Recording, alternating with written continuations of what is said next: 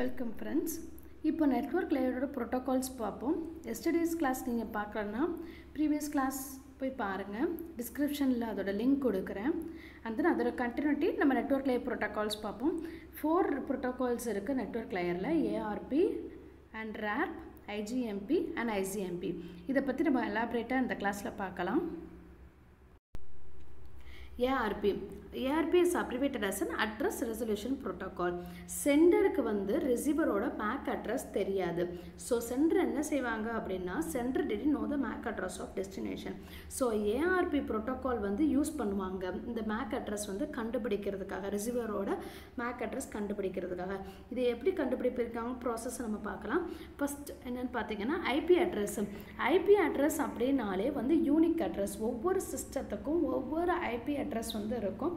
And every protocol வந்து involve in inter network requires IP address. எந்த ப்ரோட்டோகால்னாலும் சரிதான், inter நெட்வொர்க்கில் வந்து வருது, இன்டர் நெட்வொர்க்கிங் பண்ணால் ஒரு டேட்டா வந்து சென்டர் டு ரிசீவர் ட்ரான்ஸ்ஃபர் பண்ணணும் அப்படின்னாலே ஐபி அட்ரஸ் வந்து தேவைப்படும் அப்படின்னு சொல்கிறாங்க. And then how to find MAC address. IP address MAC address எப்படி கண்டுபிடிக்கிறது அப்படின்னு பார்த்தீங்கன்னா, சென்டர் வந்து needs to find the MAC address of the another host. ரிசீவரோட மேக் அட்ரஸை வந்து சென்டர் வந்து கண்டுபிடிக்கணும். அப்போ என்ன செய்வாங்கன்னா, இப்போ இந்த சென்டர் ஏ வந்து wants to find the MAC address of some other router, then it sends a ARP request message. ஒரு சென்டருக்கு வந்து டெஸ்டினேஷனோட மேக் அட்ரஸ் தெரியணும் அப்படின்னா சென்டர் வந்து ARP ரெக்வஸ்ட் பேக்கெட்டை வந்து சென்ட் பண்ணுவாங்க. டயக்ராமேட்டிக்காக ரெப்ரசன்ட் பண்ணியிருக்கிறத பார்க்கலாம்.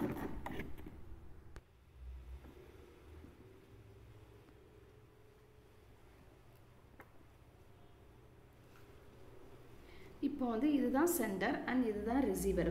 இப்போ சென்டர் வந்து ஏஆர்பி ரெக்வஸ்ட் பேக்கெட் வந்து ப்ராட்காஸ்ட் பண்ணுவாங்க.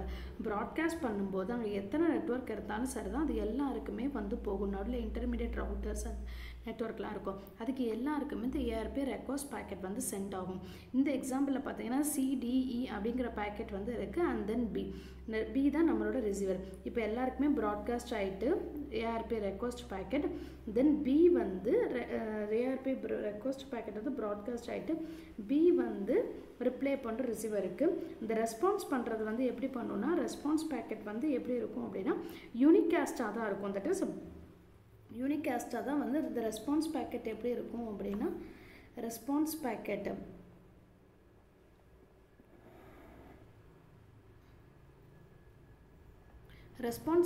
வந்து யூனிகாஸ்டாக தான் இருக்கும். ஸோ சென்டருக்கு மட்டும்தான் பி அனுப்புகிற ரெஸ்பான்ஸ் பேக்கெட் வந்து சென்ட் ஆகும். அந்த பேக்கெட் வந்து சென்டர் ஏக்கு மட்டும்தான் சென்ட் ஆகும். இப்படி தான் ஏஆர்பி அதில் அந்த ஏஆர்பி ரெஸ்பான்ஸ் பேக்கெட்டில் என்னெல்லாம் இருக்கும் அப்படின்னு பார்த்தீங்கன்னா, சென்டரோட மேக் அட்ரஸ், ரிசீவரோட மேக் அட்ரஸும் இருக்கும். And IP address sender, IP address of the receiver, இதெல்லாம் அந்த ரெஸ்பான்ஸ் பேக்கெட்டில் இருக்கும். And then sender to the A sender. And then நம்ம இப்போ என்ன பார்க்கணும்னா, ஏஆர்பி ரெக்வஸ்ட் பேக்கெட்டில் என்னெல்லாம் இருக்கும் அப்படின்னா, MAC address of the sender, IP address of the sender, IP address of the receiver. எல்லா ரவுட்டரும், each router and host on the network receives the packet ARP request packet. நம்ம சொன்னதுதான். அதில் உள்ள நெட்வொர்க்கில் நம்ம ரெக்வஸ்ட் பேக்கெட் போனதும் அதில் உள்ள எல்லா நெட்வொர்க்குமே ஏஆர்பி ரெக்வஸ்ட் பேக்கெட்டை வந்து ரிசீவ் பண்ணுவாங்க. அண்ட் தென் ரெஸ்பான்ஸ் பேக்கெட் வந்து contains a MAC address of the physical address. MAC address அல்லது ஃபிசிக்கல் அட்ரஸ் ரெண்டுமே ஒன்று தான். மேக் அட்ரஸ் அப்படிங்கிறது வந்து மீடியம் ஆக்சஸ் கண்ட்ரோல். ஒவ்வொரு கம்ப்யூட்டர்லேயும் சரி, ஒரு ஃபோன்லேயும் சரி, மேக் அட்ரஸ் அப்படிங்கிறது இண்டிவிஜுவலாக ஒவ்வொரு ஃபோனுக்குமே இருக்கும். இது மூலியமாக வந்து நம்ம ஒரு ஃபோன் தொலைஞ்சு போயிட்டாலோ இல்லை வந்து மேக் அட்ரஸ் மூலமா கண்டுபிடிச்சிக்கலாம், மெசேஜ் சென்ட் பண்ணிக்கலாம். மேக் அட்ரஸ் அப்படிங்கிறது வந்து ரொம்ப வந்து ப்ரைவேட்டாக இருக்கும். And IP address of the receiver அது யூனிக். மேக் அட்ரஸ் அப்படிங்கிறது வந்து unique. And then this packet is delivered only to the A unicast using the physical address இந்த ஏஆர்பி ரெக்வஸ்ட் பேக்கெட். எங்கள் ரெஸ்பான்ஸ் பேக்கெட் இந்த டயக்ராமேட்டிக் ரெப்ரசன்ட் பாருங்கள்.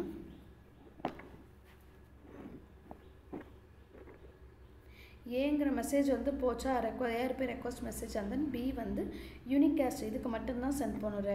Request packet வந்து எல்லா நெட்வொர்க்குக்கும் வந்து ப்ராட்காஸ்ட் ஆச்சு. ஆனால் பி வந்து அப்படி கிடையாது, வெறும் யூனிகாஸ்ட் மட்டும்தான் சென்ட் ஆகும், ஏக்கு மட்டும்தான் சென்ட் ஆகும். and then ARP is used to find the MAC address and the correspondence to an IP address. ARP definition என்னன்னு பார்த்தீங்கன்னா ARP is used to find the MAC address that corresponded to an IP address.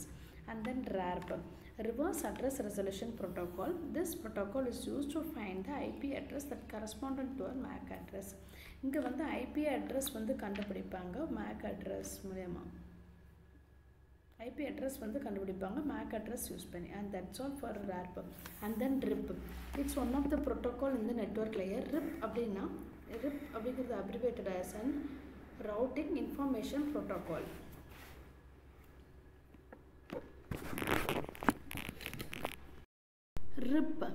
RIP அப்படிங்கிறது வந்து network லேயரோட ஒரு protocol. RIP abbreviated as an routing information protocol. It's an interior gateway routing protocol. This interior gateway routing protocol, and then RIP is one of the oldest distance vector routing algorithm. இது வந்து ஒரு one of the oldest distance vector routing algorithmல இது வந்து RIP வந்து one of the oldest. And then routing table is maintained all the routers. இப்போ ஒரு packet வந்து இப்போ வந்து சென்டர் இருக்காங்க, சென்டர் டு ரிசீவர் போகும்போது எப்பவும் பாக்கெட் வந்து ரவுட்டர்ஸ் மூலமாக ரவுட் ஆகி தான் பாக்கெட் வந்து ரிசீவருக்கு சென்ட் ஆகும். அப்படி ரவுட்டருக்கு வந்து பாக்கெட் சென்ட் ஆகும்போது எல்லா ரவுட்டர்ஸ்லையும் ஒரு ரவுட்டிங் டேபிள் வந்து மெயின்டைன்ட் ஆகும். அந்த ரவுட்டிங் டேபிள் யூஸ் பண்ணி தான் நெக்ஸ்ட்டு ஃபார்வர்ட் பண்ணுவாங்க. And then hop count is a routing metric. Hop count அப்படிங்கிறது வந்து number of routers from the source to destination வந்து எத்தனை routers இருக்காங்களோ அதுதான் routers. And then maximum hop count is limited to 15. Maximum hop count வந்து 15 வரை இருப்பாங்க. Each router maintains a routing table. And then routing table என்னெல்லாம் information இருக்கும் அப்படின்னு பார்த்தீங்கன்னா source address, destination address, and then route the distance from the receiver.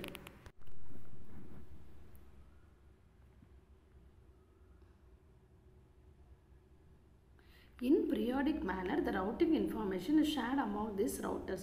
அதாவது ஒவ்வொரு ரவுட்டர்லையும் routing information வந்து ஒன்றுக்குள்ளே ஒன்று மாற்றி அனுப்பிக்கிட்டே இருக்கும். இந்த ரவுட்டிங் இன்ஃபர்மேஷன் மூலயமா தான் ஒரு ரவுட்டர்லேருந்து இன்னொரு ரவுட்டருக்கு வந்து டேட்டா வந்து சென்ட் ஆகும்.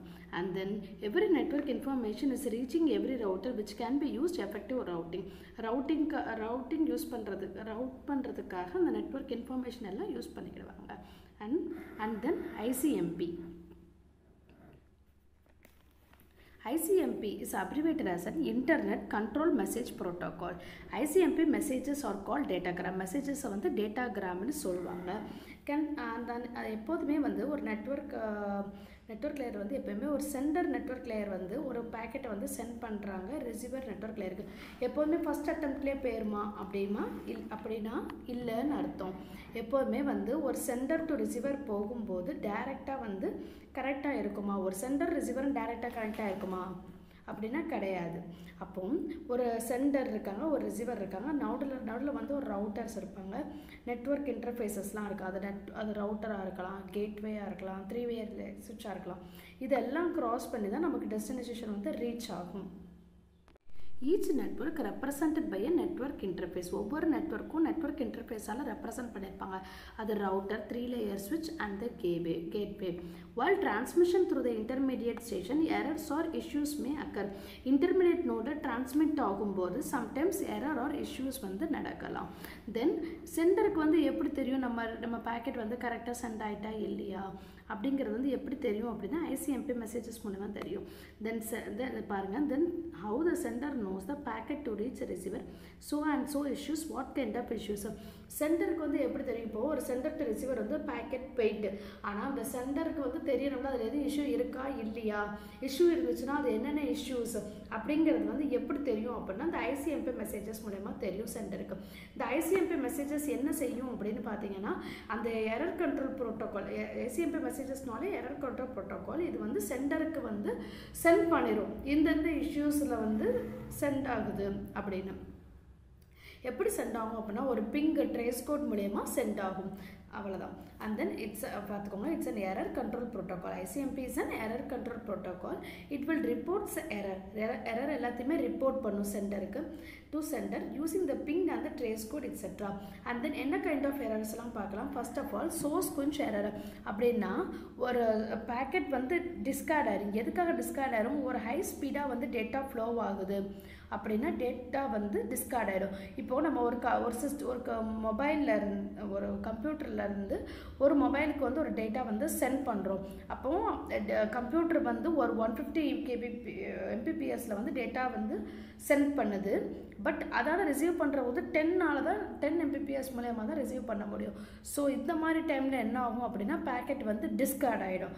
ஸோ இது வந்து சோர்ஸ் குஞ்ச் ப்ராப்ளம். இந்த ப்ராப்ளத்துக்கு பேர் என்னது சோர்ஸ் குஞ்ச்.